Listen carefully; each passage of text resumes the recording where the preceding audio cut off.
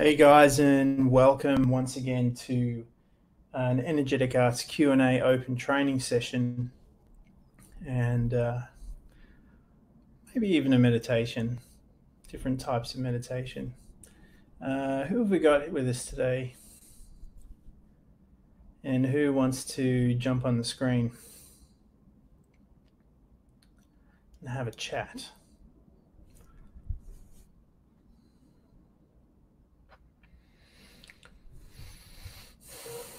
In the meantime, while we get set up, hey Abel, you want to share the screen? Yep, cool. And so while we're waiting for that adjustment to happen, let's just reset some things here.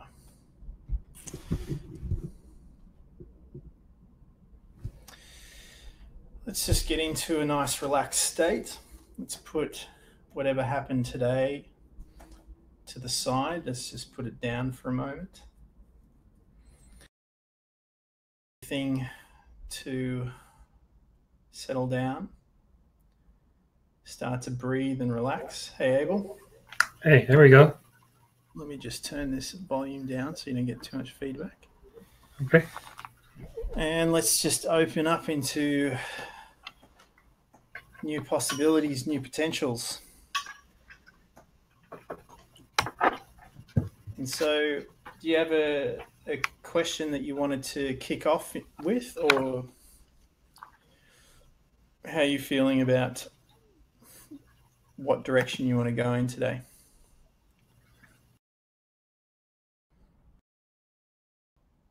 There we go. Just can't hear you. Can you hear me now? Yeah. Good. You've just come into the light.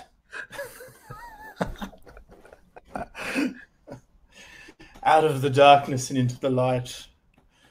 There we go. All right. Wow, you just jumped a timeline there, switched dimensions. You're getting really good at this stuff. I sure did. All right. I need a bit Were of you going to do a volume. quick meditation or? Sure. I think we just change frequency first, and then we can drop straight in, do like a bit of a warm up. I'm not. Sure. You're not getting feedback, are you? No, I'm not getting any. I just want to get this a bit louder so I can hear you, but not put feedback through. How's that? Good? Okay. All right. Yeah, I'm good. Yeah, cool. All right, so I think let's try this, because this is going to just seed the next webinars over the next couple of weeks on breath gearing and breath work. Nice. So just going to start by breathing and relaxing, and just sort of try and just settle down. Start to breathe however you're breathing. And on the in-breath, you're just going to start to gently tense the muscles, like contract. And then on the exhale, you're just going to relax and let the body sort of flop and drop. And you don't have to like pop a vein in your forehead or anything, but just start to sort of use the whole body to breathe. And even more so, use your energy to breathe. And so if you were to imagine like this layer around of energy, as we start to breathe and relax, we just want to start to edge that energy out further and further.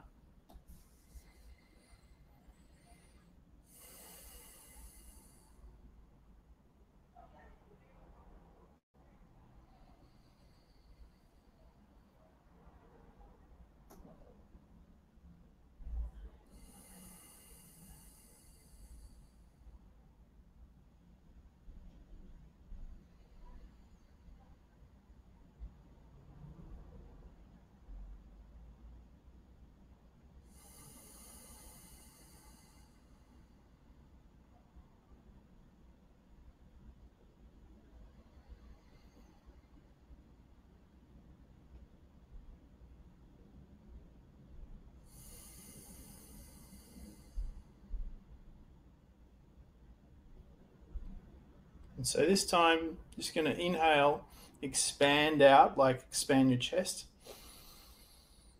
Sort of arch the back up just a little bit, like you're doing your Schwarzenegger, right? And just at the top of the breath, you're just going to like squeeze like you're pulling yourself up a rope. And then just relax.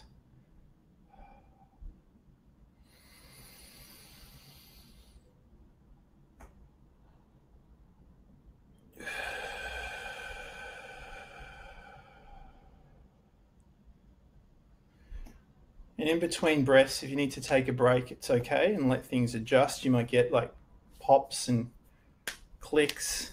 That's all good. Just let that adjust and move.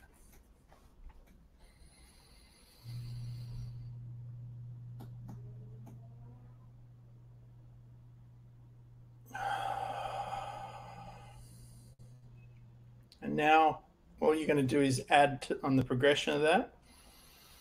When you get to here, just tilt the head back just slightly.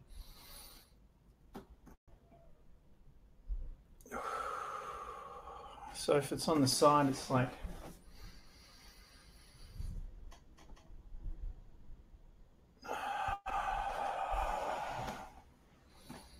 and you should start to, like I'm starting to sweat. You should start to feel warm. You feeling warm? Okay. I think I lost just the sound there.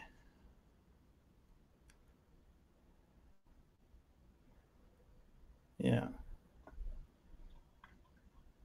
Yeah, I definitely feel warmer. Yeah. So you're It's getting working the body. Yeah, you're getting that energy moving, expanding. So what happens there is, apart from just the breath work aside, is when we start to let more energy into the body's got to be ready to. It's got to be capable of holding that amplitude of energy, that frequency. So this is why I encourage a lot of body movement exercise as well, training, physical training, to get the body strong and flexible and loose. So when that energy comes in, it's strong enough to embody the energy and not have that energy trip the body out, like an electrical switch overloading too much current. So the more we do meditation and physical movement wise and tune all that in, the higher the capacity we can harness, the higher capacity of energy we can absorb. And obviously energy is information. So not only can we absorb that, but we learn how to process it faster. And to do that, obviously the brain needs to switch gears into a different frequency. And so that for me is one of the aims of meditation and breath work, is to switch the frequency into those higher waves or longer waves, so you can process that information, that energy faster. So yeah, we don't need to like go into meditation right now. We've sort of warmed up and moving. So I'm curious to see if you have a question to kick us off. Yes, I kind of wanted to talk a little bit about the mind. I noticed, and I'll kind of go into the story here in a few minutes, but I noticed that when you are actually aware of your mind, attention to it, but when you're not aware of it, I would say that you're running a subconscious program automatically. Does that make sense? Yeah, absolutely. And I noticed a certain feeling once this started getting momentum. It started getting bigger and bigger, and I'm like, hey, wait a minute, hold on, stop. And what are some things that we can do to kind of maybe some tips or some tricks to kind of get more control of the mind once you're aware that you are actually going off on a tangent whatever it is emotion you're feeling at that time. Yeah. Okay. So what I hear when you said that is that, and this is what people call being asleep, is when you go unconscious. When you're awake, you're living your life. You may even be like very active and very alert, but the mind, the programming in the mind is running automatically. You're just following out a predetermined pattern. And so when we become conscious is when we realize that we're doing that. And we either go, okay, that pattern's really useful right now, like driving to and from work. You can do that automatically. You probably wouldn't want to do that consciously. You'd much rather listen to your music or, think about your whatever you want to think about. So that's a useful automatic program, right? There's a lot of out there at the moment. There's a lot on being conscious and unconscious, and like being unconscious is bad, but it can be really useful. And so when we're talking about tweaking with the mind and manifesting new realities, at the moment, when you want to change something, you need to become conscious. But then you reprogram the automatic program, put it back in the mind, and let it run automatically. And if it's successful, then your reality will shift, and you won't have to put any effort in. Making sense? Mm. So yeah, it makes sense. So for me, this is like the best metaphor at the moment that I think we've got to work with, that's in our tangible reality today, is computer programming. And so if you look at the mind like a computer, or the brain like a computer, and the mind like the programs or the operating system we're running, then obviously there's times where things just pop up and activate and sort of take over all your processing power.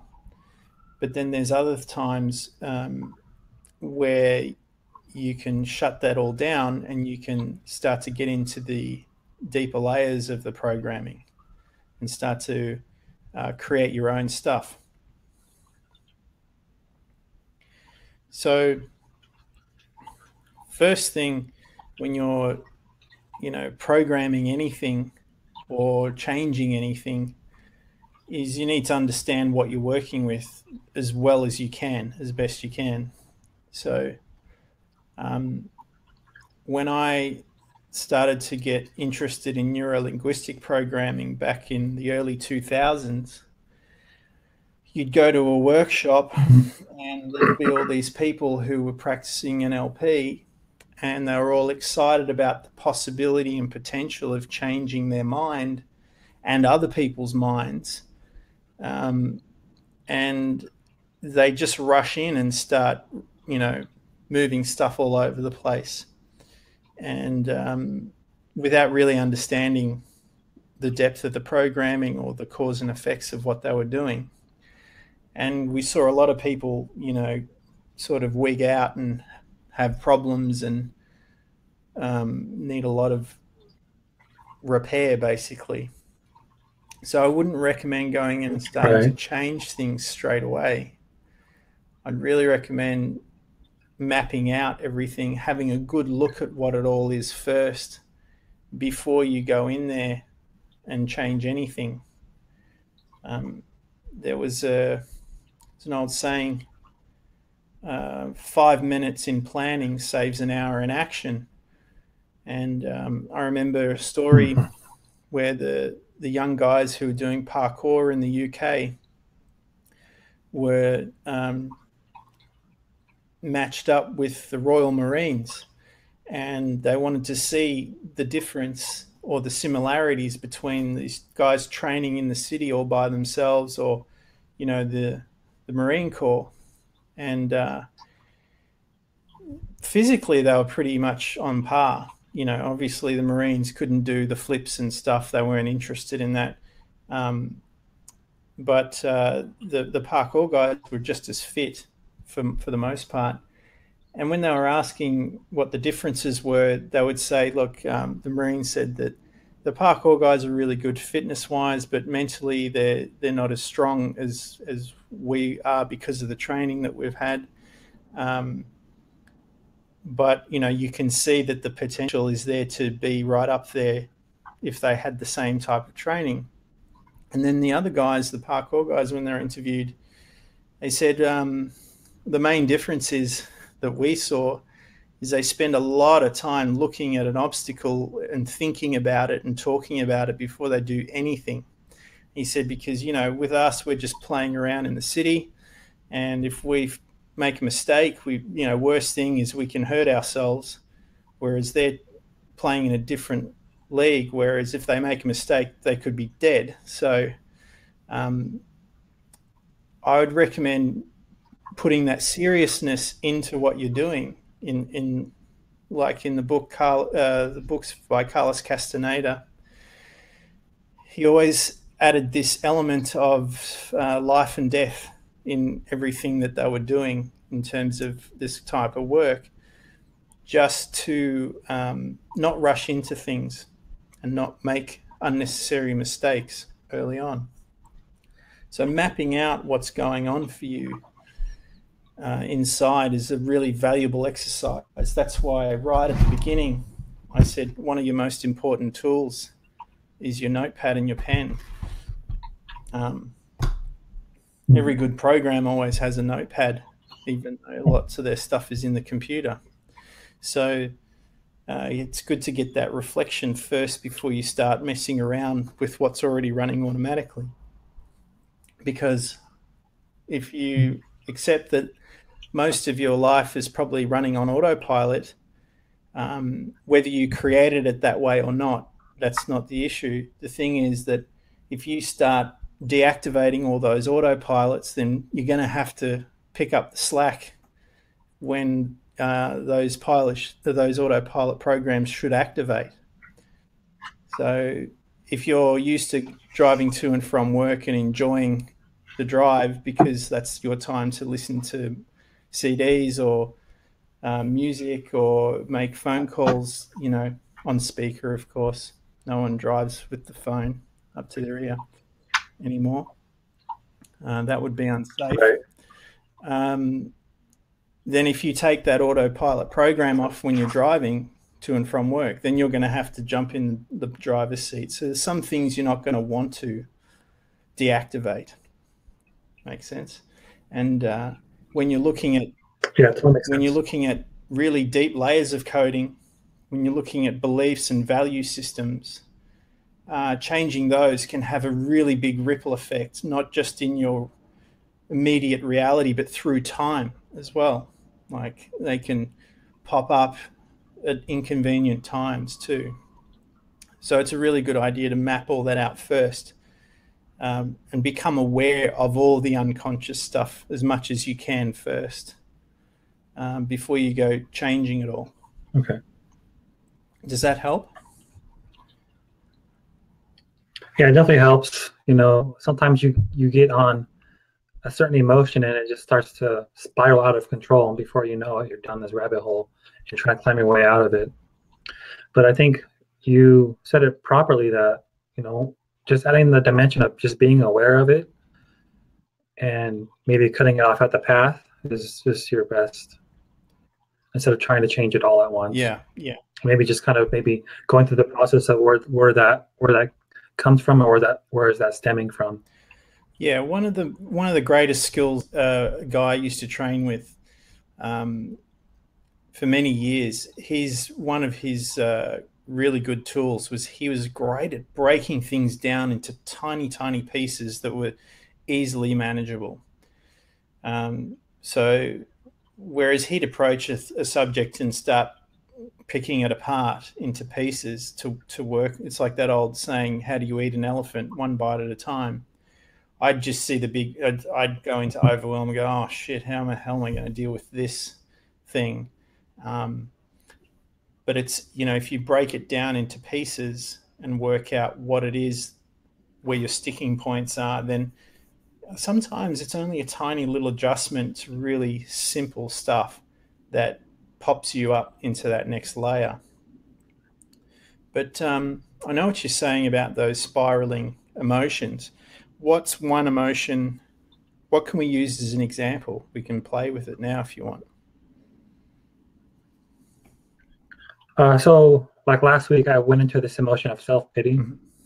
because I was going through some things. I realized it was going somewhere in a negative really quickly, and I was able to get the reins on it and hone it back quite a bit.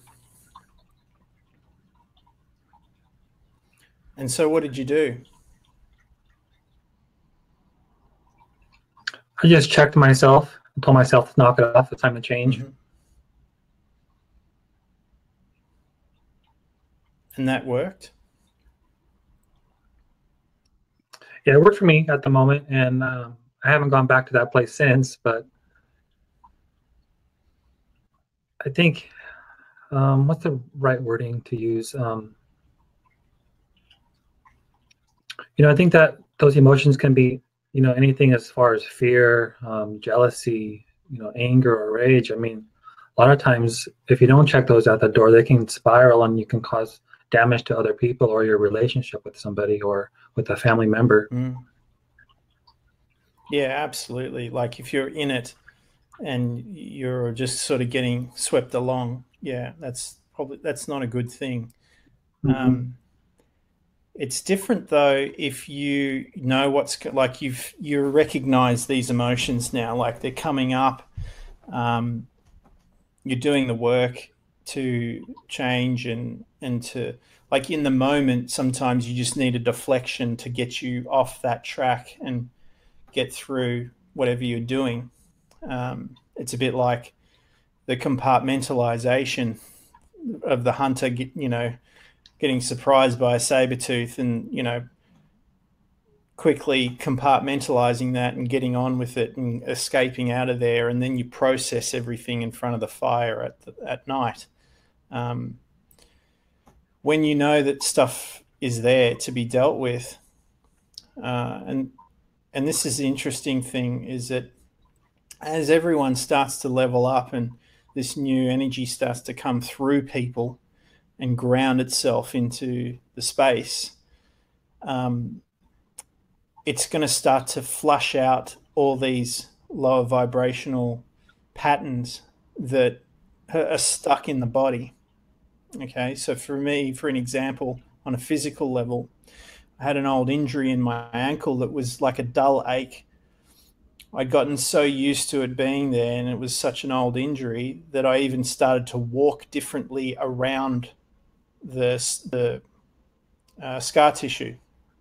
But recently now, I've been doing a lot of internal work, my energy shifting, that pain in my ankles become very sharp, like a burning pain, almost like when it first happened. So it's like regressed all the way back to just after the initial injury happened. And that's a good thing because now my focus goes there and I can start to change the energy around that area and release whatever it is. And of course, with that at night comes all dreams about, people, places, times, and events of that time frame in my life, and I'm dealing with these emotions in my dreams. I'm clearing those lower vibrations out of my system, just like debugging a computer program and cleaning up that coding. And so I think part of what's really valuable is that when you recognize and you can note down what these things are, just as they are, then you can go back when you have the time to sit with it and not act on it, and to really, pick it apart down into its pieces and see what needs to go and what can stay and what maybe needs bit of re-engineering.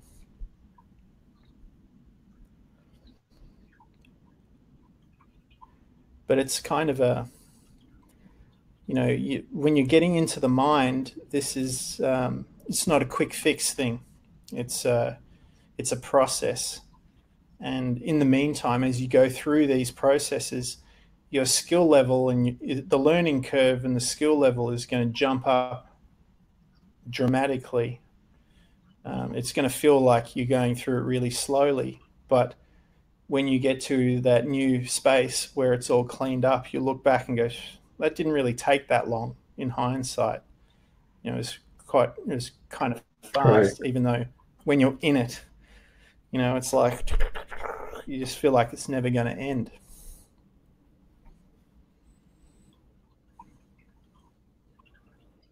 Yeah, I see what you're saying.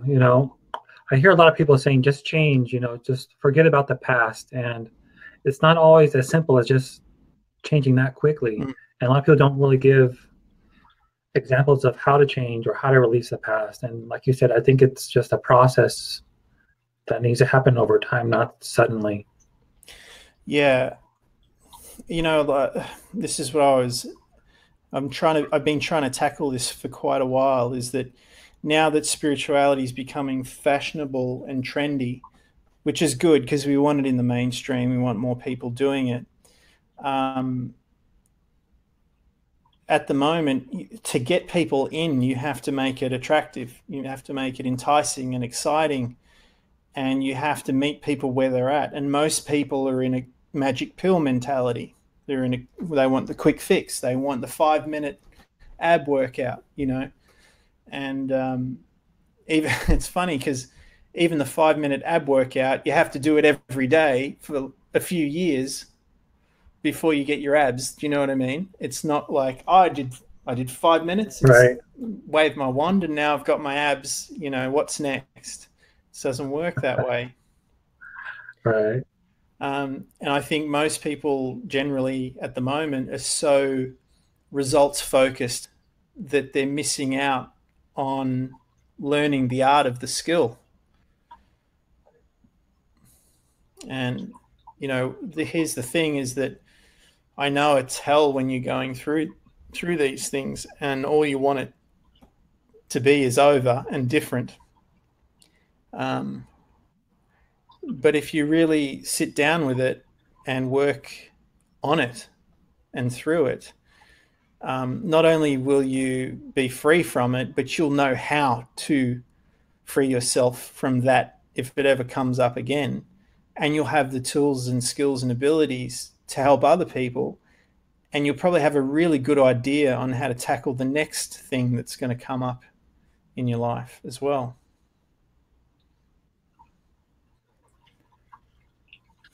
Yeah, that's a great point. I kind of want to piggyback on something you said a minute ago. But you said there's an energy shift going on and it's going to be knocking out the lower frequencies. Is that taking place now or in the future? I think it's... or is it always happening? I think it's a natural process, but I think it's getting to like a fever pitch at the moment. So I was listening to another speaker the other day, and the main emphasis on this point of view is, well, there's a few speakers that all sort of go on the similar thing, is that from what I'm understanding from what they're saying, is that to really escape this this dimension of, being asleep, you need to raise up your energy to a point where it's going beyond the speed of light, and your consciousness can exit out and start to tap into this multiverse, right? Where you can start to steer your life into the infinite, where all these potentials exist outside of the current corridor of what we're taught is how reality has to be, right? But to do that, you need a clean system. You need a conductive system, all right? So if you look at it electronically, if you've got these areas in your body that are causing a short circuit when that energy comes through, just like in your house, if there's a wire that's, hasn't got insulation on it, or there's a wire that's broken or something, when you go to use that outlet and you turn the power on, the safety switch is going to turn on and the whole system is going to shut down, right? And so this is why we need to sort of prep in the next few weeks to do what's known as the breath, is that we need to start to prep the body, the mind energy to enter this phase and then to come back from it. Because if you enter into it without being prepared, this is when things can go wrong. And it's like, to use a metaphor of a race car or a jet plane. If everything's not working properly, when you get up to speed and those stresses of that, that engine starts whirring and going really fast, if everything's not tuned in and buttoned down, then things can break and things can, snap you back into a lower energy frequency. So we want to make sure that everything is as clean and as tidy and conductive as possible. Because when that energy starts to flow through, you don't want it interrupted or impeded by anything. You want it to flow. So I use the analogy of the person getting struck by lightning. Some people, depending on where their consciousness is at or what tension they're holding in their body, when they get struck, they have all these terrible burns that happen to them. Whereas other people have heard stories where, it just goes straight through them. It lights them up, and, they have this new perception and new awareness about their world and the energy around them. Okay. Did I answer your question, or did I go off on a tangent? I forgot what the question was. Yeah, that was a good definition. So going... You say you forgot the question? Yeah, so no, I remember now. So going forward is that when this... Imagine you're sitting there, right? And the work that we talk about, doing the work, is about getting yourself prepared to go into these higher vibrational states and hold it, right? And embody it and to stay there. And in the past, the energy frequency that's, on the planet was much less intense.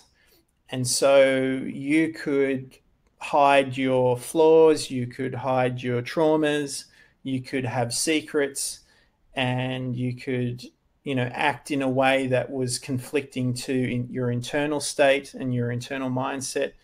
And for the most part, no one would notice, right? Unless people were really tuned in. But now you're getting into a place where the energy of the environment is raising up constantly.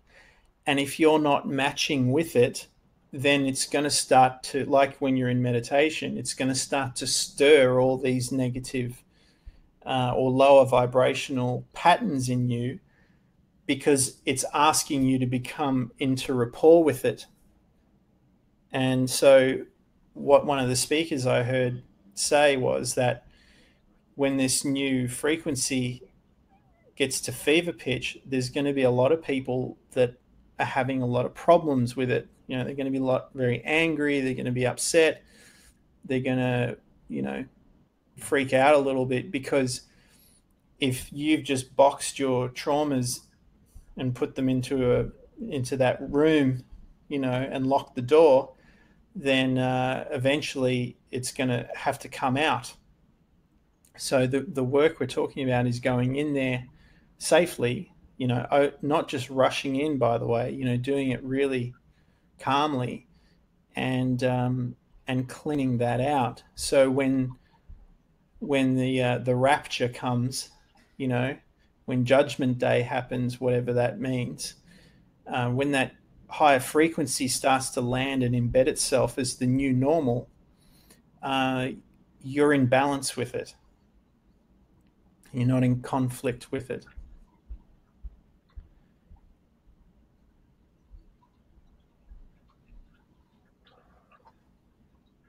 It's kind of deep.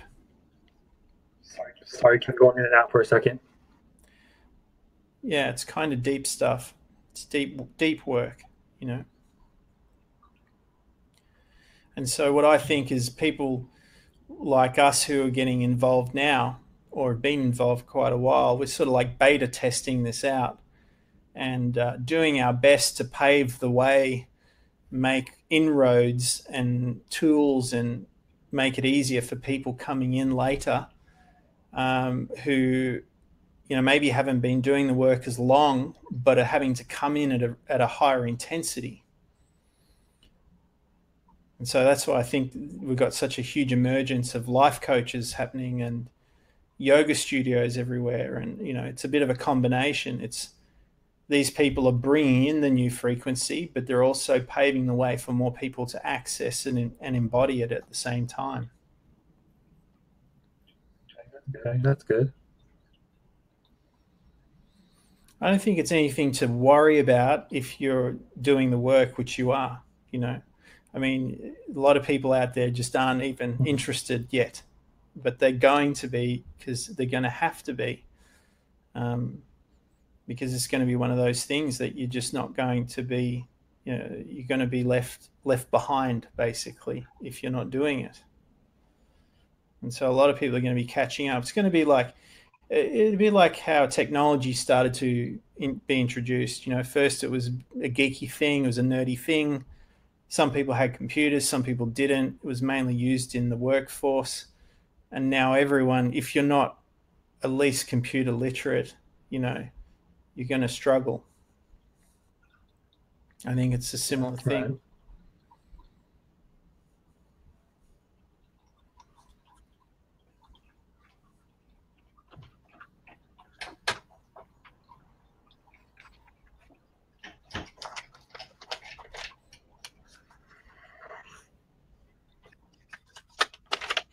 You there? Yeah. Go for it. Okay. So I have maybe you can help me with this. I'm working on this project, and I'm having some trouble with this wording. So I'm working on the spiritual growth project, and the mentor in this project is kind of like categorizing spiritual growth as a priest, a pastor, a nun, or a monk. And he's like, you can't have spiritual growth if you're not working towards that. And I'm having a hard time describing or coming up the words to counter what he's saying. So, okay, so he's saying unless you're aspiring to be a priest or a monk or a nun, you're not doing spiritual work? Pretty much, yeah. Or that's my outtake of it. And I'm just getting kind of frustrated with him on the way that he's wording it and putting it into a box. And is that the box of religion, or what's the box? I think so, yeah, box of religion. All right, so let's use that as the exercise. So you got your notepad there. I heard you flipping pages. So yeah, get into the right page, empty page. All right, so what have you got there? You've got, so you just write down what you know. So monk, nun, priest, box. What else is coming up for you when you talk about it?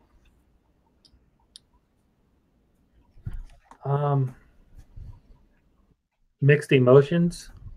Like I want to punch him in the face because he's closed-minded. Yeah. Remember, write that down. Punch in the face. Punch in the face. Punch in the face. Okay.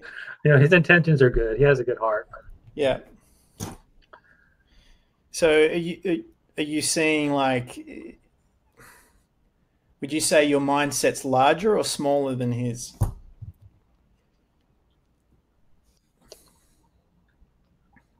I would say larger in that area, Mm-hmm. and not in regards to religion, just on spiritual growth means something totally different to me than what he is referring to it as. Yeah. All right. So you've got a distinct. There's meaning around the word spiritual growth. There's different meanings, isn't there?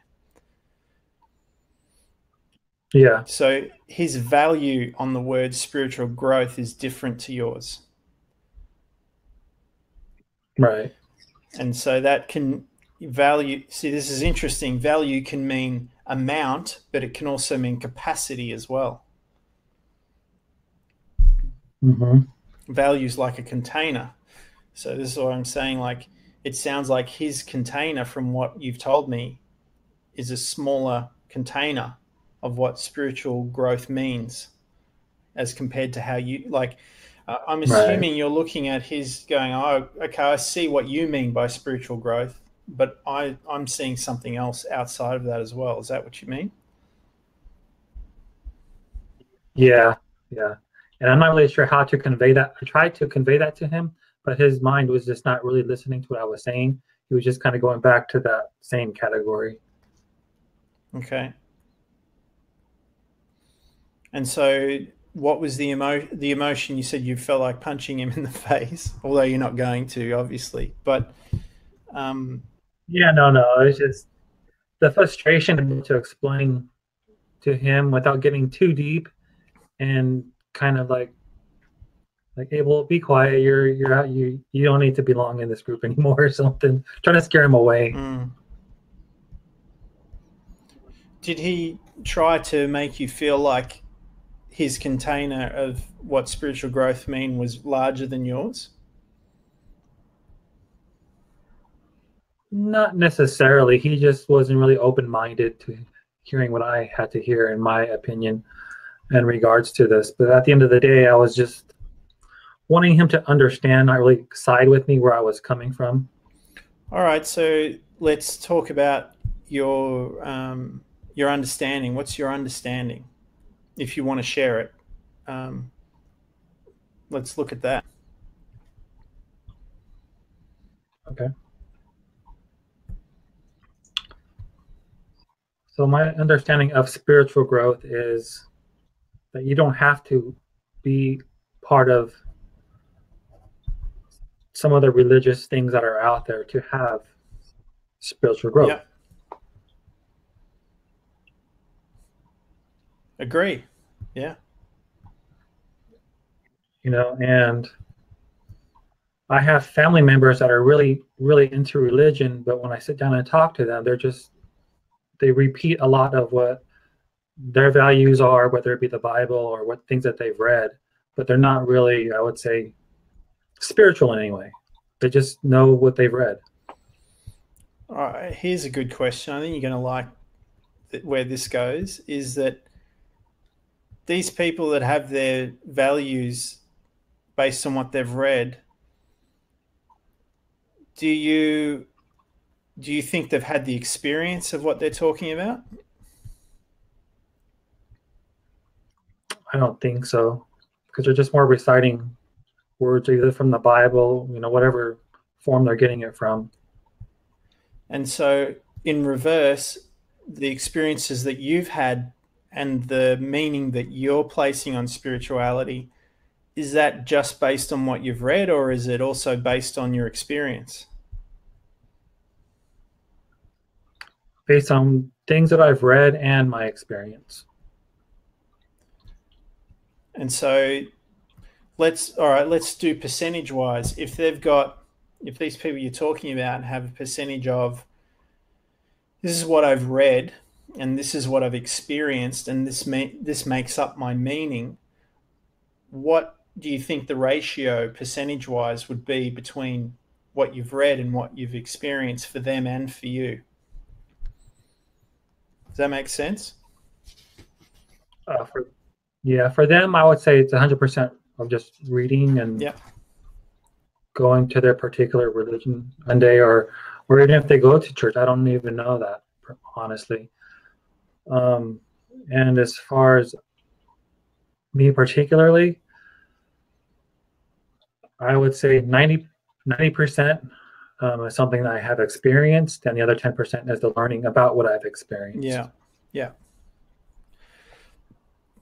Yeah, cool. So this is a really good example of being asleep and being awake, or being conscious and being unconscious of your programming. So a lot of people, especially in this area that we're talking about, haven't really had the experience of what their programming is.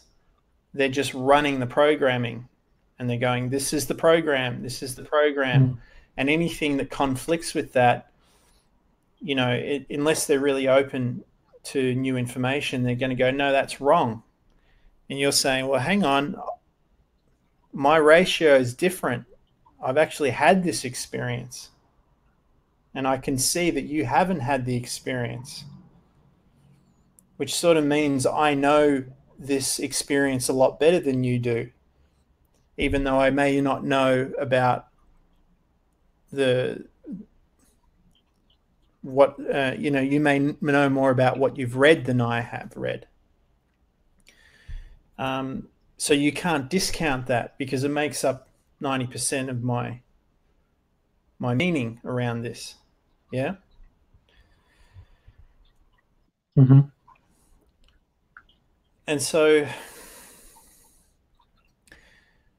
in that case, you've tried and tested a little bit more than most people, I would say, or the people that you were talking about with this. Is that fair to say?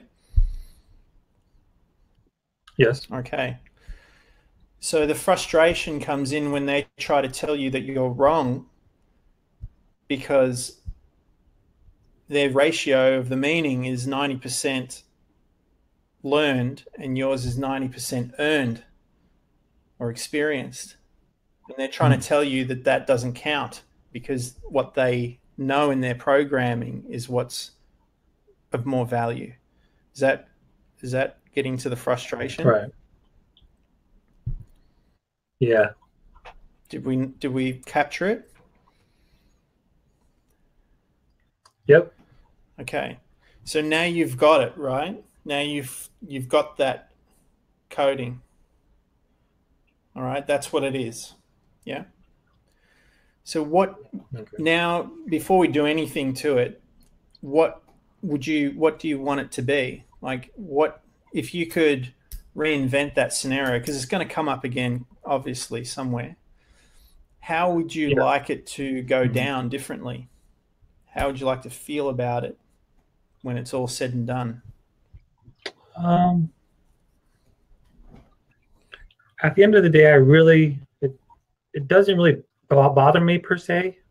I'll say it's more of a frustration of trying to get my point across, hearing what I have to say. I mean, it's for a project, and at the end of the day, I don't have to go with what they're telling me to do and the boxes that they want to put me in. Because this is my life, and I understand that, and it's just conveying the message, I guess. Well, one thing I heard is to make them understand where I'm coming from. Sorry? Or just to convey the message to where they understand where I'm coming from, my point of view. Yeah, there's a few things about that, though. Is like, one, you're never going to convince anyone whose job it is to not be convinced. True. Right? You can you can give them flow charts, and you can give them all the information, and you can get into a big debate over the big boardroom table day after day, meeting after meeting.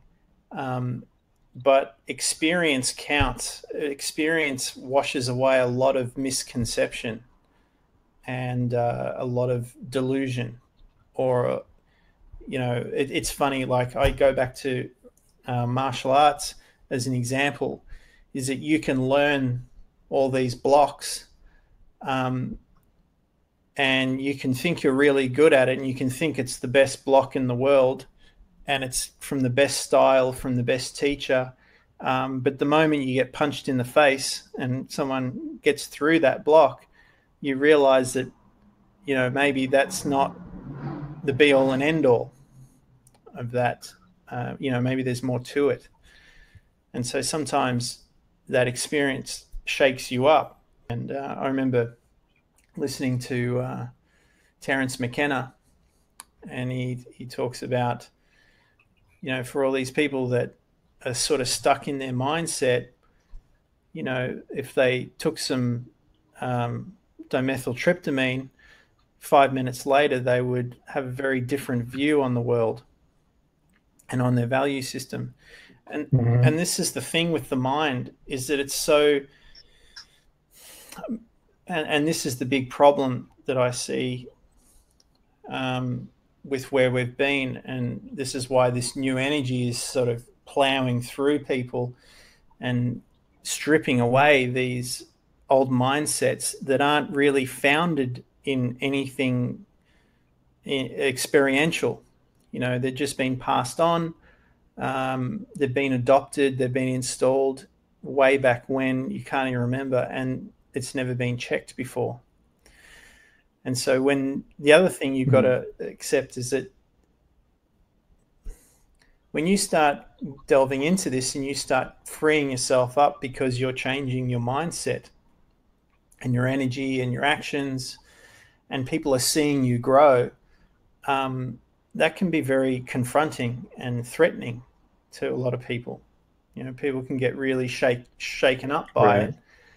And it sort of presupposes that maybe there's something that they don't know. And if their whole identity's been based around them knowing more stuff, like having that intellectual capital over people, which is kind of a mental grasp, then that can be very threatening to their whole identity. And even if they're a good person with a good heart, and they acknowledge it, they can go, holy shit, maybe I need to do some more work on myself. Maybe I need to really check these belief systems, these value systems. And that can be really daunting, especially if, like, we're talking in the metaphor of the computer, the brain. If you know that your most 90% of your life is unconscious programming, and you need to change that in order to ever get to the kind of synchronicity of the potential future that you're trying to create, and you don't know how to program, then it's like, oh man, I've got to learn a whole new language before I can even start. And that can be really overwhelming. So the natural reaction in most people is just to try and put you back into a box, or silence you, or stop you doing what you're doing so they can go back into their comfort zone. It's unfortunate, but this is represented by Agent Smith in The Matrix. Yeah. Don't think for yourself. Don't go outside the laws of physics. Just go back into the cocoon, Abel. Do what we tell you. What's that? Do what we tell you. Yeah, or we'll crucify you. It's not worth it. Yeah. It's not worth it. Just go back and just back in the box. Everything will be fine if you just don't rock the boat. Right. But like, is that any way to live your life, really? For me, it's not. No. Yeah. So, where are we at with this now?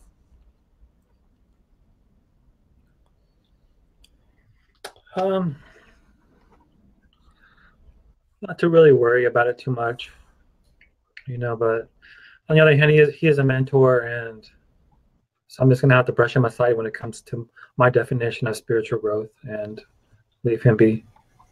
Yeah. Yeah. I feel like it's a waste of energy and a waste of my breath. I mean, what would you want to say?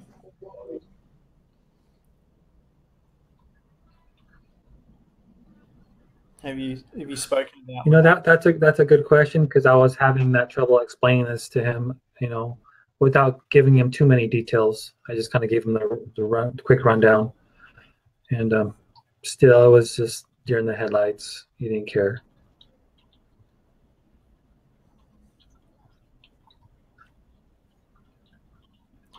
So if we were to do like a rehearsal, and you were to, he was to get it, he was to really hear you and listen to you, and feel it, Mm-hmm. and allow that hit to acknowledge the hit. Like when we were doing strike absorption, there's a lot of tough guys in the room, been training a long time, so they don't want to acknowledge when they get hit hard or deep. They're like, yeah, I'm all right. But the best guys to train with, I found, were the ones that go, yeah, oh, that was a good one. That really got me. I have to acknowledge that. Yeah. That was a good strike. There was some skill behind that. You've been working on it. So, and I mean, I always like training with those guys the best because they give you accurate feedback. They don't try to, make you take a role Sugarcoat that's it. less than you. Yeah. So, I mean, you got me here. You want to practice? You want to have, rehearse, feel it out? You know, Obviously, whoever this other person is isn't going to hear you. Um, I felt much more comfortable with it now. I've been pondering upon this the last couple of days, how to convey it to him. And Rebecca's on the other end, just don't worry about it, don't worry about it. And it's just me trying to figure out the right to say to him that, it doesn't matter what he thinks at the end of the day. It just matters to me. So So, what is it about this that matters to you the most?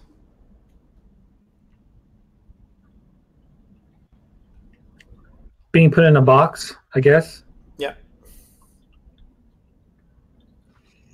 And I didn't like being put in that category of you have to think this certain way. yeah, That's what really bothered me. yeah. And now I just felt like I have to fight for it even more. So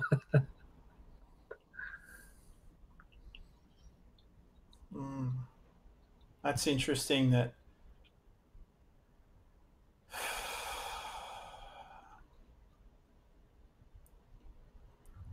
so, if I was wanting to throw you off your game and get you angry, I would just try and box you, yeah, probably box me in somehow. or at least make you think you were being boxed in. Even Yeah, if I could never actually do that. right. Dude, that's a good one. Actually, when I start thinking about that, yeah, that's real good I don't have to because box. I can kind of pertain to a lot of other situations that I've been I in. don't have to box you in. I just have to make you think you're boxed in. Right. Yeah. So one of the lines that That's like, sorry. well, that's like putting the chain around the elephant, but it's not attached to anything. But the elephant thinks he's attached to something where he can't move. All right. So here's where we really get into it, and is that the automatic programming that I would like you to look at is feeling boxed in. Because here's the thing, and this is uniform amongst a lot. This is what we talk about with these traumas, these unconscious programs that have been installed really Mm-hmm. deep. You see, a trauma installs a program really deeply. An ecstatic state does this, ecstatic experience does the same thing, but in a much nicer way, right? But they get installed deep into the psyche. And I mean, this is good to know, right? And I'll say this bluntly, and then I'll tell you my experience that relates to this. Is that if someone knows what that program is, they don't even have to know what it is that makes you feel like that. If they can get hold of that programming, they can control you. Makes sense? So for me in martial arts, I had a fear about being choked, right? Choked out. I hated it. Drove me nuts. And for years, I pretended it wasn't there, or I was hoping no one would notice, and I would do everything I could to avoid it. But in the back of my mind, it really worried me. And I finally got into this group of guys that I was training with that were really cool. They would really help you through stuff and make you a better practitioner. And it was a very small class, only a few people that night. And he said, "What do you want to work on?" And I said, "Look, I've got this fear about being choked. I want it gone. I don't want to live my life with this noose around my neck anymore." And he said, "All right, well, let's practice." Yeah. So he said, "Sit down on the ground," got behind me, put the choke on, and we just sat there with the arm around my neck, and I started to breathe and relax into it. And then he said, "Okay, these are your escapes. Escape this way, escape that way. This is the basic fundamentals of the escape from the choke." And so I learned those, I practiced those, I drilled them. And then he said, "Okay, is that it?" I said, "No, I'm afraid of being choked out and losing consciousness." He said, "Well, did you bring a change of pants? Because you know that you can lose motor control if you go unconscious this way." I said, "No, but I don't care. I'm here now. I want to get through this." He goes, "Okay." So he said, "Sit down, relax. I've got you. I'll bring you back. No problem." Put me into the choke. He said, "Now start counting from 10 to 0. And by about 7, I was out. I came back and he was rocking me like a baby, rocking me back to consciousness. And this whole fear about being unconscious was dispelled. And if you've ever popped out through the breath work, it was the exact same thing. Energy went up out of the body, popped out into this golden, beautiful, luminescent dimension, lost all sense of who I was, and rebooted the system completely. Came back, had a whole new vision of everything. That fear was just gone. That coding of that fear was gone. And so next time I would go into training, I was welcoming the choke so I could practice getting out of it again and get really good at it.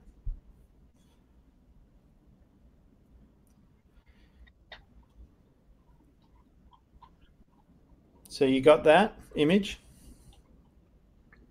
Yeah, I got that. Yeah, that's good. And now this is where if you're happy to stay on and work through this, because I don't usually like to leave it here. If you've got another little bit of time, that would be good. We could really clean this up. Yeah. Yeah. All right, so let's go back into the box. Don't go in the box. Let's look at what this being in the box is. Because it's just a program, right? It's an illusion. So what is it really? So you can recognize it when it happens and you can escape it when it comes up. Because it's just a mental choke. Yeah. So this box can be anything that I feel like I could get put in this box. It could be judgment. It could be comparing me. It could be not understanding me. Getting my point across. I could get put into this box really quickly. Now that this kind of comes up and I kind of understand what being put in this box means now. What are some of the basic emotions that I feel, or some of the things that can put me into a box? But some of the emotions that I feel are anger, rage at times, depending on what it is and how the person came across, their tone or their tonality. Mm-hmm. A frustration was a big one.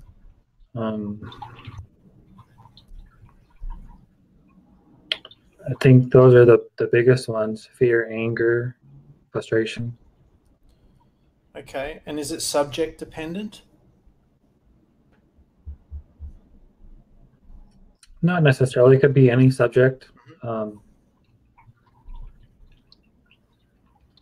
right, that's good. So it's it's general. Maybe even as far as belittling me. Belittled is another one. Yeah. I don't like.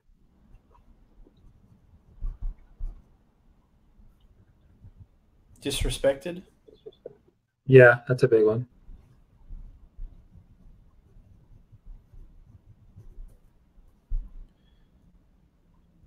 Does it have anything to do with boundaries? It might, yeah. I would say yeah. Okay.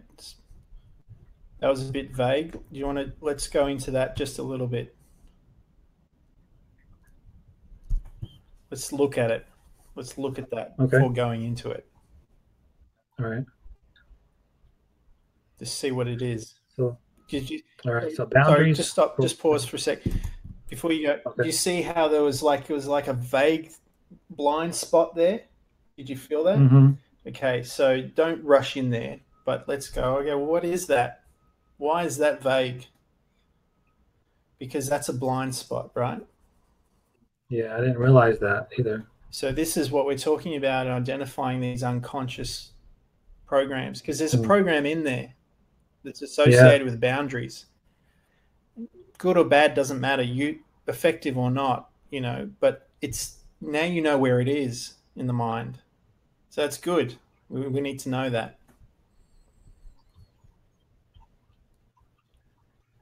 So what do you see there if you look at it? All right, so I'm going to kind of back up here for a minute. So before I really started digging deep into who I was,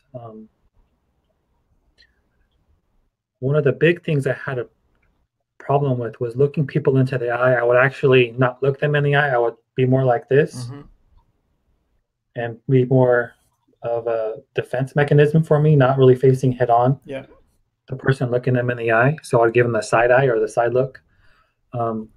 That was really huge for me. And I didn't realize I was doing that until it was pointed out to me. And I didn't understand why I did that. It's not that I was afraid of that person or anything along those lines, but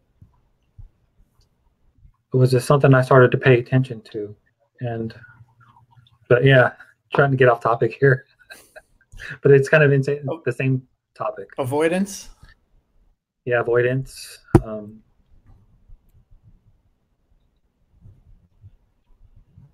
See how this isn't detailed at all. This is real general, yeah.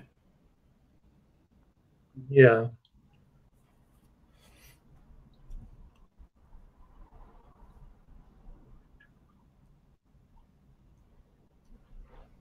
Okay.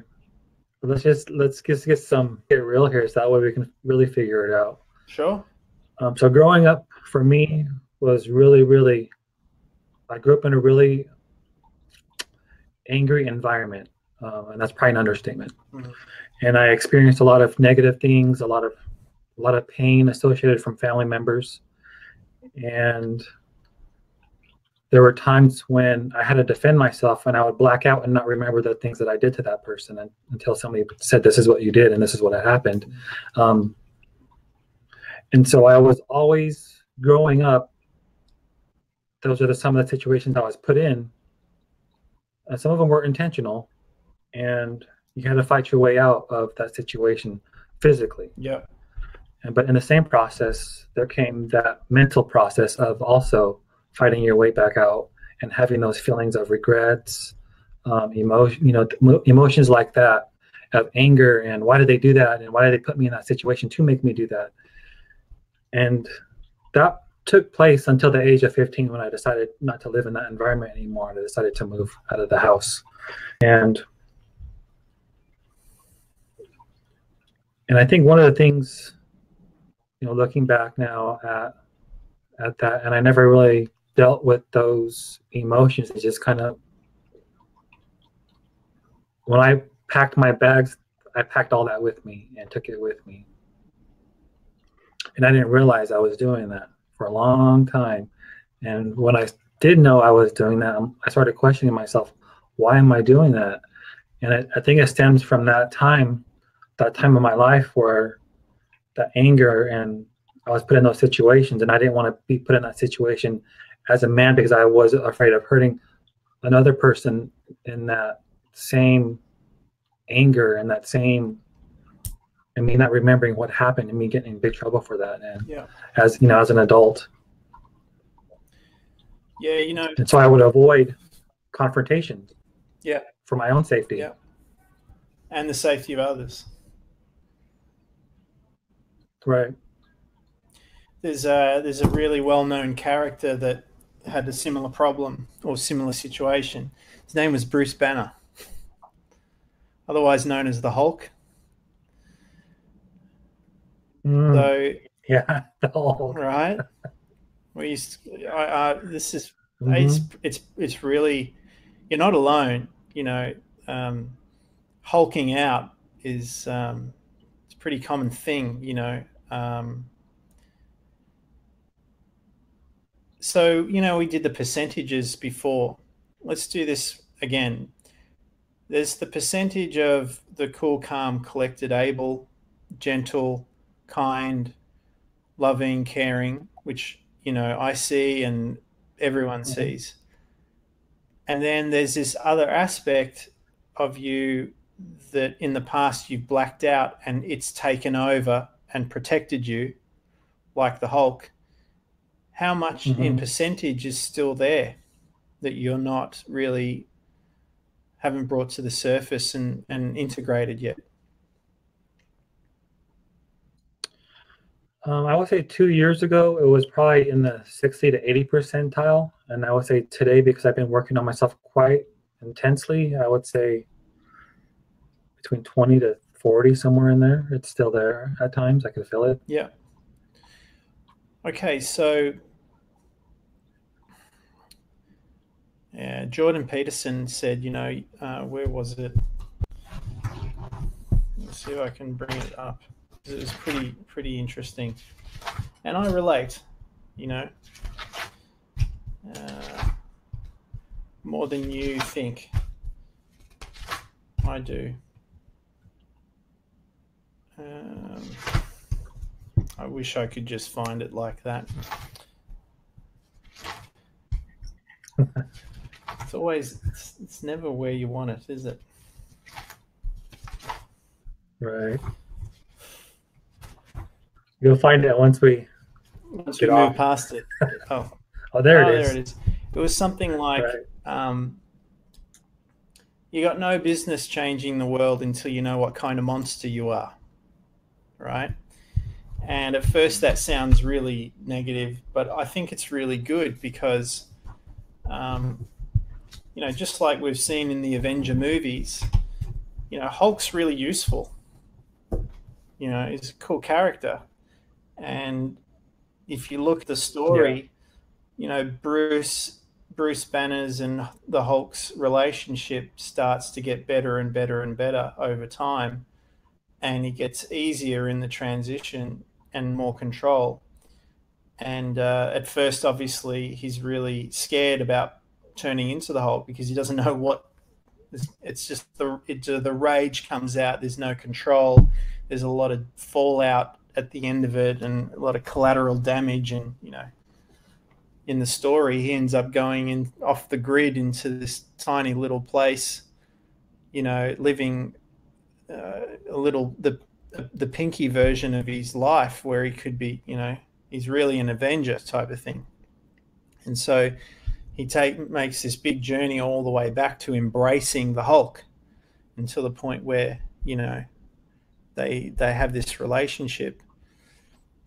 And, I can understand that when you're in those situations where you feel like you're being boxed, that Hulk is like smashing the box on the inside. No one sees this, but it's like, you know, you if they could see it, they wouldn't treat you that way, but you can't show them, so they treat you how they treat you, right? So it's sort of like, now that we know that it's there, you know, it's almost like a bit of a caged animal. You know, let's set up a scenario or some situations where you can start to have a relationship with this part of yourself again and reintegrate it, you know, because the warning here is that if you don't, life's going to come up and keep poking you until it erupts and you get to express it, and you find some kind of balance. You know, it's going to come out sideways, so it's going to come out anyway, but let's do it in a way where it's going to come out in a way that's productive or that's useful. It's not harmful. You know, this is why I spent a lot of years doing martial arts, just hitting bags, because it was better than hitting the people I'd rather be hitting.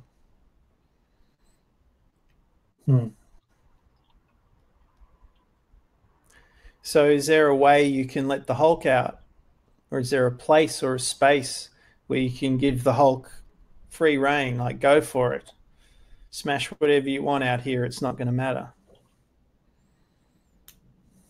Yeah, I could put up my boxing bag and go at it. I think just having it there is cool. Like, you don't even have to use it, but just knowing it's there is a good thing.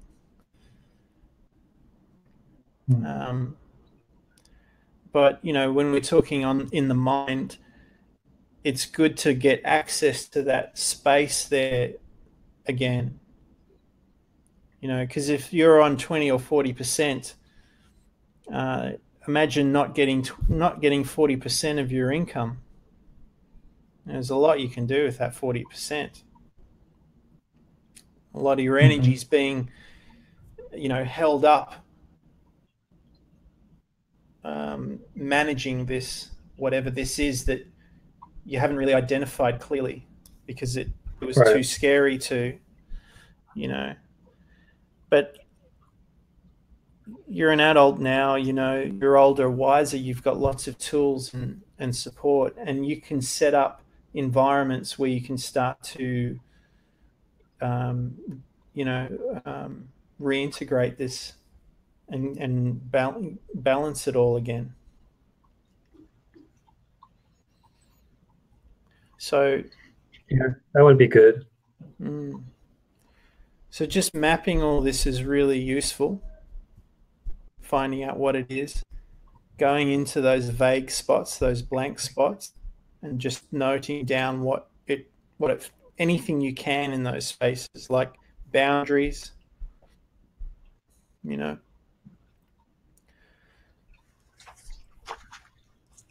Because it's not just about discharging that energy of frustration, anger, rage, whatever. Once that's diminished, you know, maybe it's a boundary thing. Maybe you're just a little too open,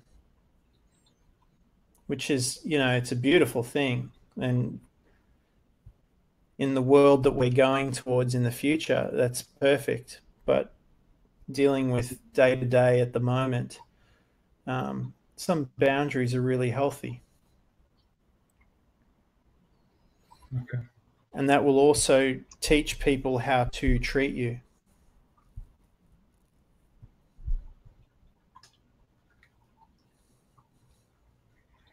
Set up some boundaries.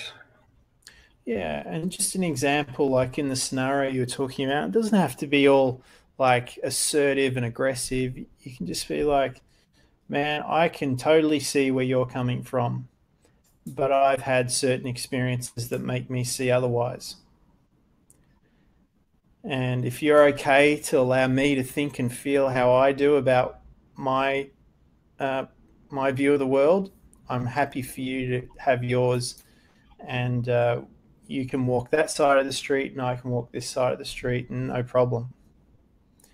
But, if you're going to start impressing your value system onto me, which clearly isn't checked out and doesn't have experience backing it, like maybe mine does, then I'm not going to sit here and argue with you. I'm just not going to hang around. So it's up to you if you want me in the circle or not. Just an example. Okay. It's a non-violent way of holding your boundary.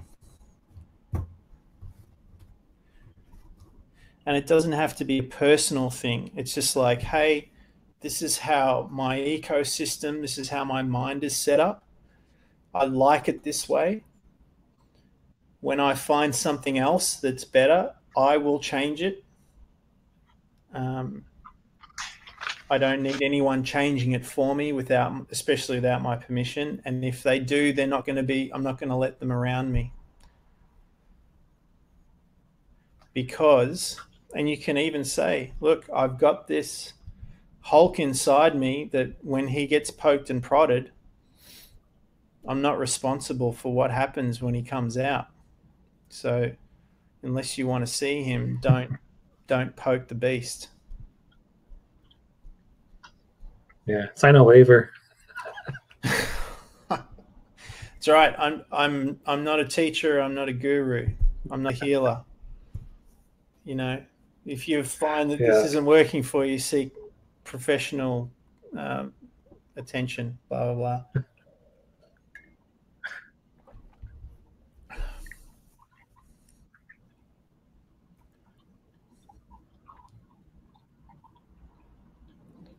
All right.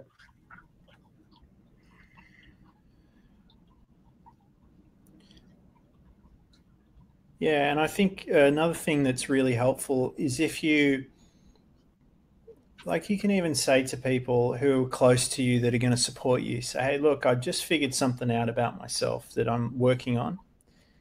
I'm working on changing my boundaries, and I'm still finding the balance.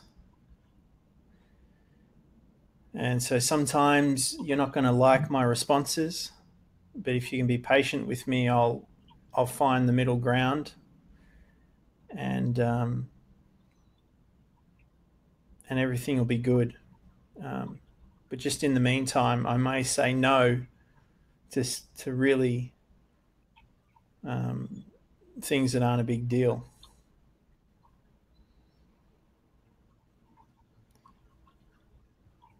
And I'm quite prepared to deal with whatever response you have to that. Okay. How do you feel about that now? Much better. It's just one of those things too that I know it's been lingering, and like it's just right here, and it's always not so much of, how do I put this, of the confrontation. It's the aftermath of the confrontation, the escalation. And yeah, I've never been so much as afraid of another man, but what I'm afraid to do to that person, kind of thing. Yeah, that's scary. That's a scary. Because I don't want to hurt people. I don't want to do that. That's not who I am. Yeah. Look, since we're here, I'd much rather be that loving, caring, or gentler person than that beast. Yeah, but if you're not loving and caring to the beast too, then you're cutting yourself in half. And every time someone comes and pokes you, you're going to be battling with that inside you more than outside. It's really difficult because then you're fighting an external battle and an internal battle. Yeah. But I know what you're saying. Like, it's a very real fear. And it can come across, people go, oh yeah, that's all egotistic. No, I've heard stories about people who have been in physical, confrontations and have really badly hurt other people not meaning to, and their whole life was derailed. You know, jail time, all sorts of things, and they regret it terribly. You know, I remember training with the guy who was a bouncer in these really rough pubs, and this guy came up and he was so drunk and meh, meh, meh, meh, and poking this guy and clearly outmatched. This guy, though, he was huge, big New Zealander, looked like, you know, Tarzan. He was so strong, and God, when he hit, oh, it hurt, right?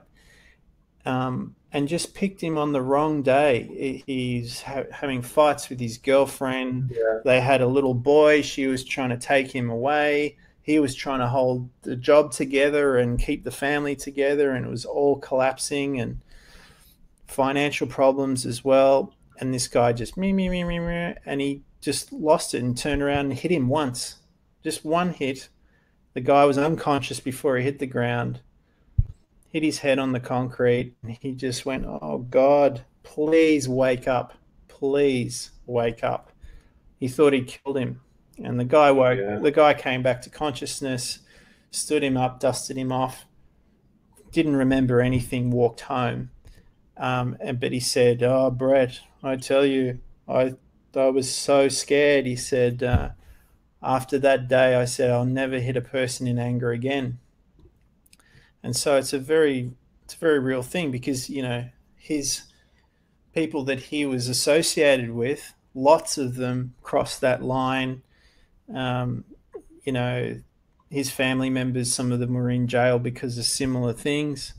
And so he didn't want to go down that path. So he spent a lot of time in the gym working on his emotions, you know. And I spent a lot of time working with him, just poking him, you know, and then when he'd say, enough, then I'd stop straight away.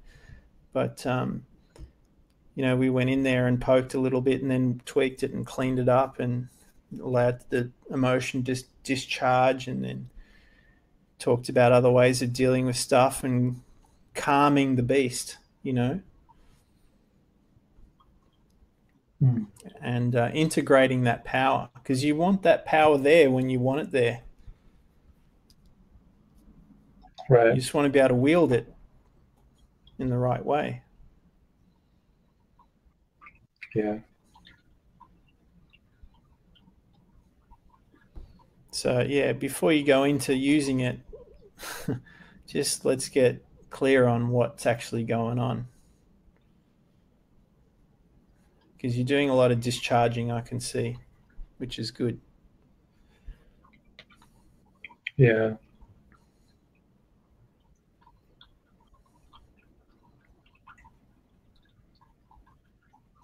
It's a brave thing to go into, by the way. Yeah, as you're saying. Say it again. It's a brave thing to go into, you know. Yeah, it's a little uncomfortable talking about, but at the same time, I know, you know, I never really dealt with that inner beast that's in there, and he needs to be tamed. And like you said, he needs to be loved as well. So yeah, for sure, for sure. But, you know, I was going to say, at the same time as you were speaking, I'm kind of running through some of the stuff that was, you know, past things that have irritated me or got me frustrated, to where he came out, a little pieces of him came out, and not so proud moments at times with my family and things, and yeah, so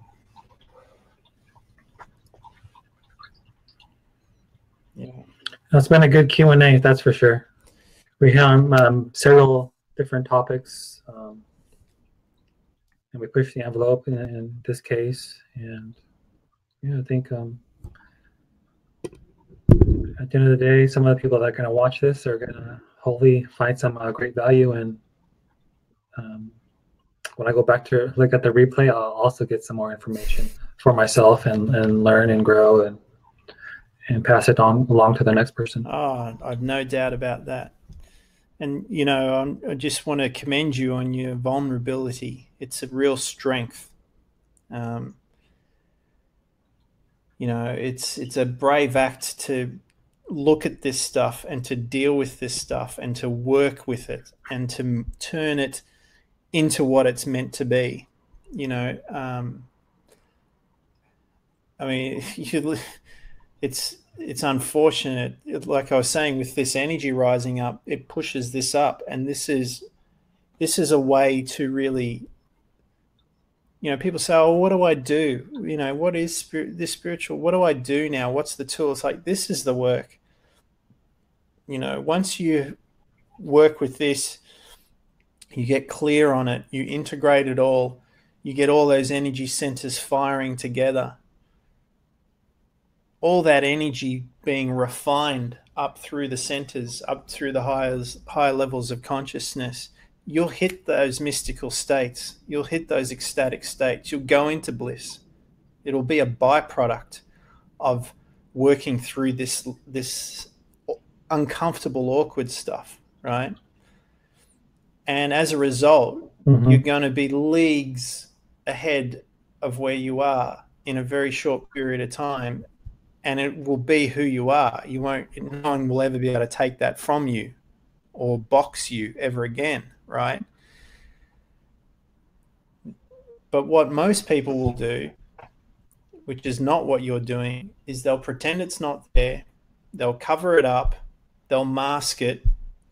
They'll belittle and, you know, disrespect other people. And in extreme cases, we'll see it turn into violence. And in really bad cases, we'll see it go sideways into sexual assaults. And if it's really, really bad, it'll go into abusing children. You know, so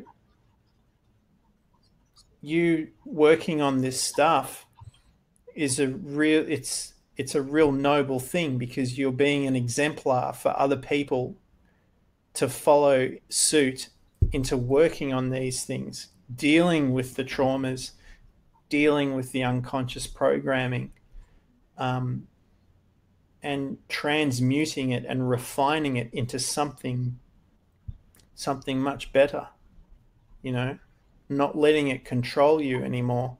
Yeah. Getting in the driver's seat and owning it. And, you know, we're talking about, you know, can you imagine the metaphor of, you know, Bruce Banner and the Hulk? Can you imagine what it takes for Bruce Banner to get, you know, rein in the Hulk? You just look at the imagery of those movies. The Hulk destroys everything, right? And Bruce Banner's a scientist, you know, physically in comparison, nothing. Like, how is he going to defeat the Hulk? You know, it's almost like this impossible task, but he does it. How does he do it? He does it by, you know, being calm, being relaxed, feeling those emotions, right? You know, compassion, all that stuff, and acknowledging that the Hulk's there, you know, for sure. Respecting the Hulk. You got to respect the Hulk. Have to. Yeah, definitely. If you don't, you're in trouble. You may be in trouble anyway. you don't respect him, you're really in trouble, right? Yeah. Yeah. And look, when you... Yeah, at the time, you know... sorry, I interrupted you. During these times of, you know, how you say, being vulnerable, it doesn't feel like it's the right thing, you know, because you feel so vulnerable. And even talking about these things and releasing some of these things, it's like really uncomfortable at times. Yeah. And but I know that some of the other things I have also been vulnerable with have come back and said, "Hey, thank you, Abel, for sharing that," you know. And so I think you're absolutely right when people will see this in the future and like, oh, okay, I'm not the only one. No, definitely not. Hopefully it'll help several people on their path as well. Definitely not the only one dealing with these types of programs, but probably in the top one percenters that are actually doing something about it. You know, so you got to give yourself credit for that. You've got to respect yourself for that. Commend yourself for that. You know, so when someone tries to box you, you say, man, are you dealing with your Hulk? Because I'm dealing with mine. You know, this guy I told you about, that, you know, the New Zealander, you know, kids would come up to, he was huge, like scary, and he would practice his stuff on the bag, and it was unconventional, and he'd make sounds like Bruce Lee, and he didn't care what anyone thought. You know, he was immersed in his own practice and own experience.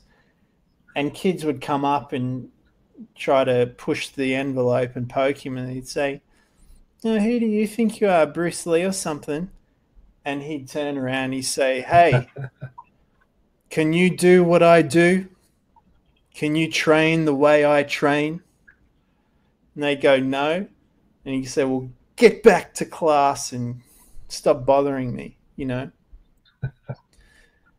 So,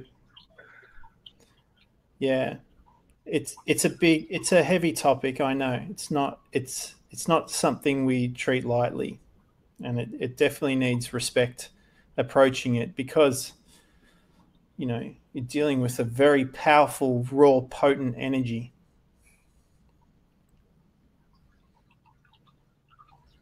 Yeah. Yeah.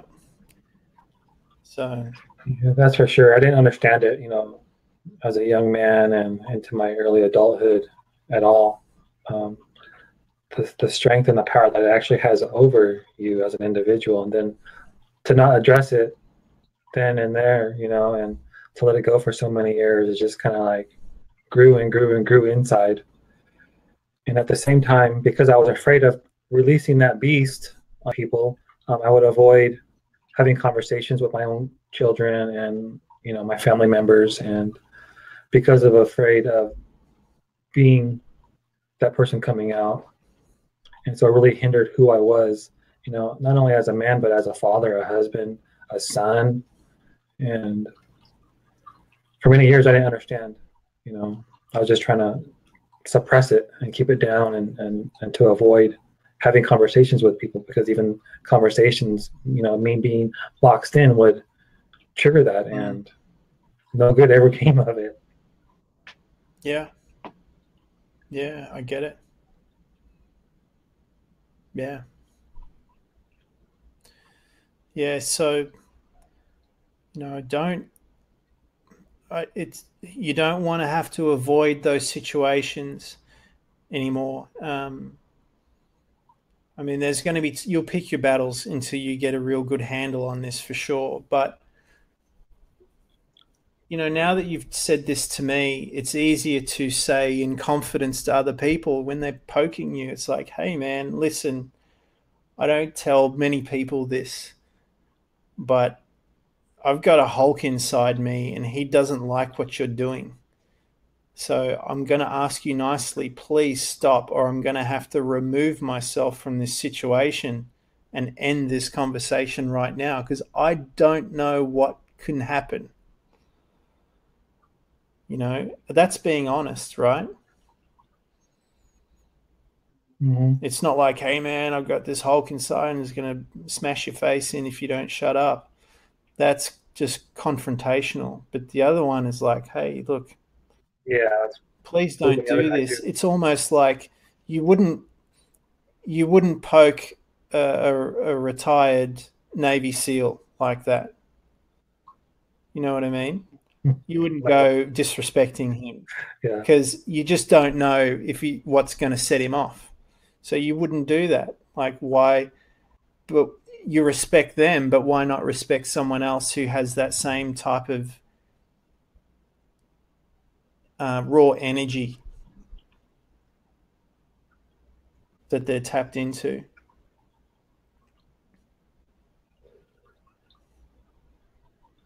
You know, it's funny that we're even talking about this, because yesterday I ran across a UFC fighter in person here in California. He is I'm not sure if you're familiar with him, but he's really close by to where I live. And I said, "Hey, Mr. Diaz, it's nice to see you out with your family, enjoying yourself." And I said, "I really respect what you and your brother are doing." And he said, "What?" Like he heard something else. And so I had to repeat myself, and I emphasized more of the love part. I said, "I really love what you and your brother are doing." He kind of calmed down, but it's like I'm looking for certain things to set him off. And once I said that, he kind of calmed down, and I just kind of walked away.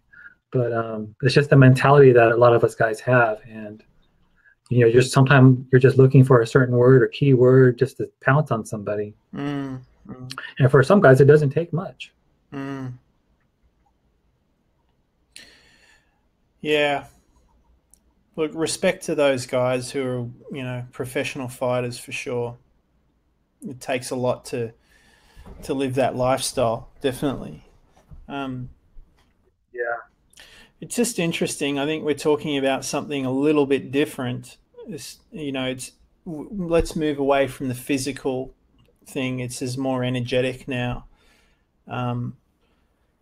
But going into, using the Hulk as the metaphor here, I think it was the character Black Widow. She was saying, most guys I know are rushing into the fight to prove themselves, whereas you're the only one that runs from it because you'll win. Right? And it's not I'm not coming from an arrogant point of view. It's just like some people's settings are different. Like, for example, you got the professional fighters who are used to fighting in a controlled environment. And then you've got like elite soldiers who they're out in the real world and it's kill or be killed, right? There's different scales that they're working with, right?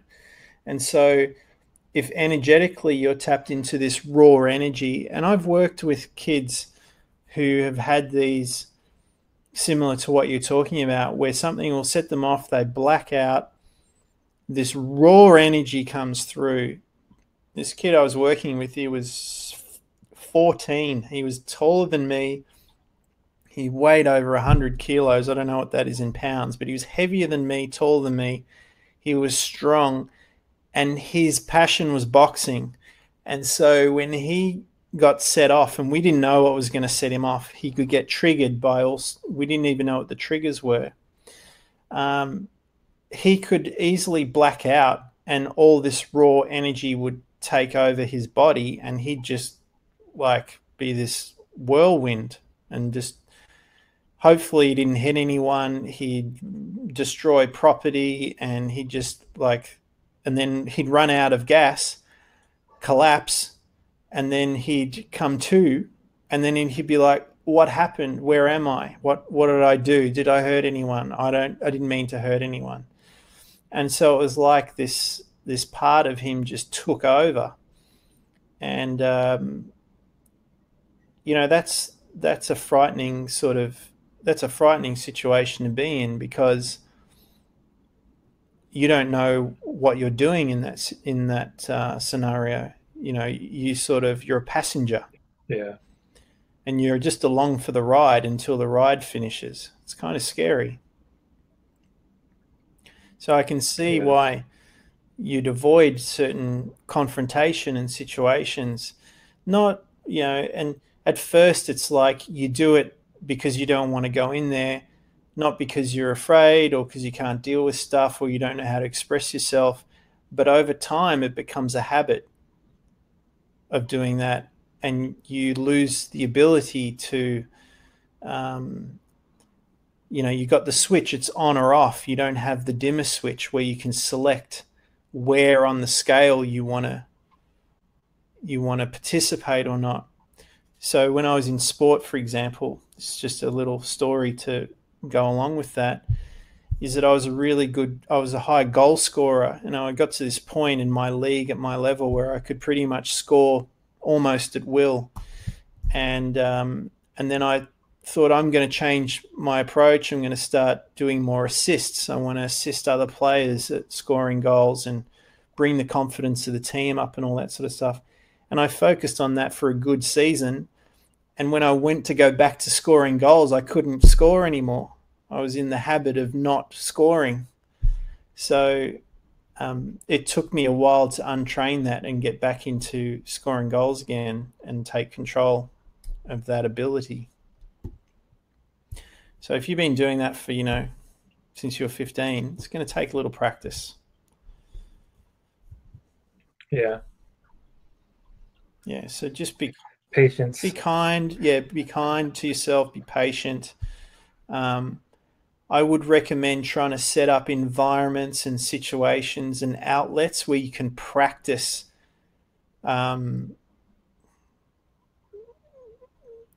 practice that dimmer switch.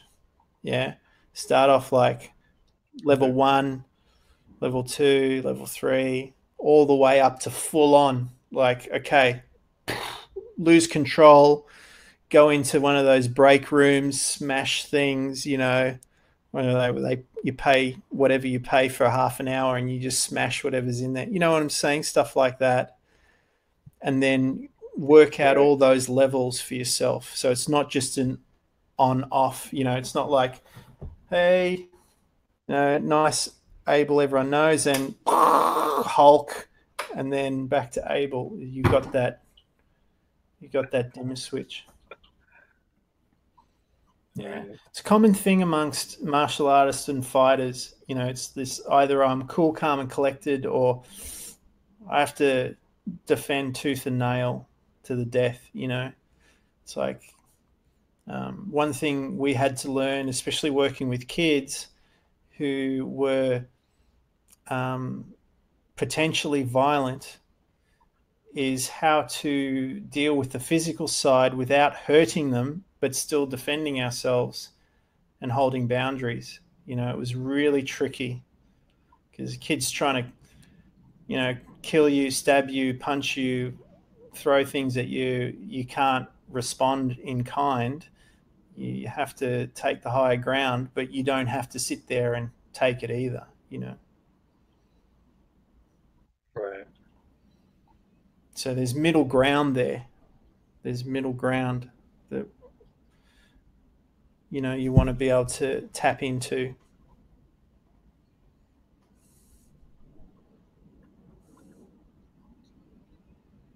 There is a use for that energy, definitely. And it's not necessarily in defense or violent,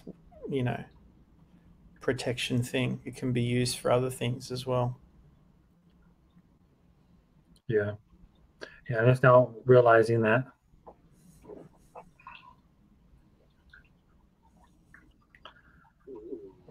So once I free up some of that other energy, I should be able to be doing some other things as well, putting that energy towards something else. Absolutely. Yeah. So you make these little inlets, these little canals, the energy starts to leak out, drip feeds it. Sorry, excuse me, starts to drip out, bit by bit at first, and you can start to channel that into other areas. And then once you've got it all set up, and you can start to open the valve up bit by bit by bit by bit. And then, channel that energy in a new way.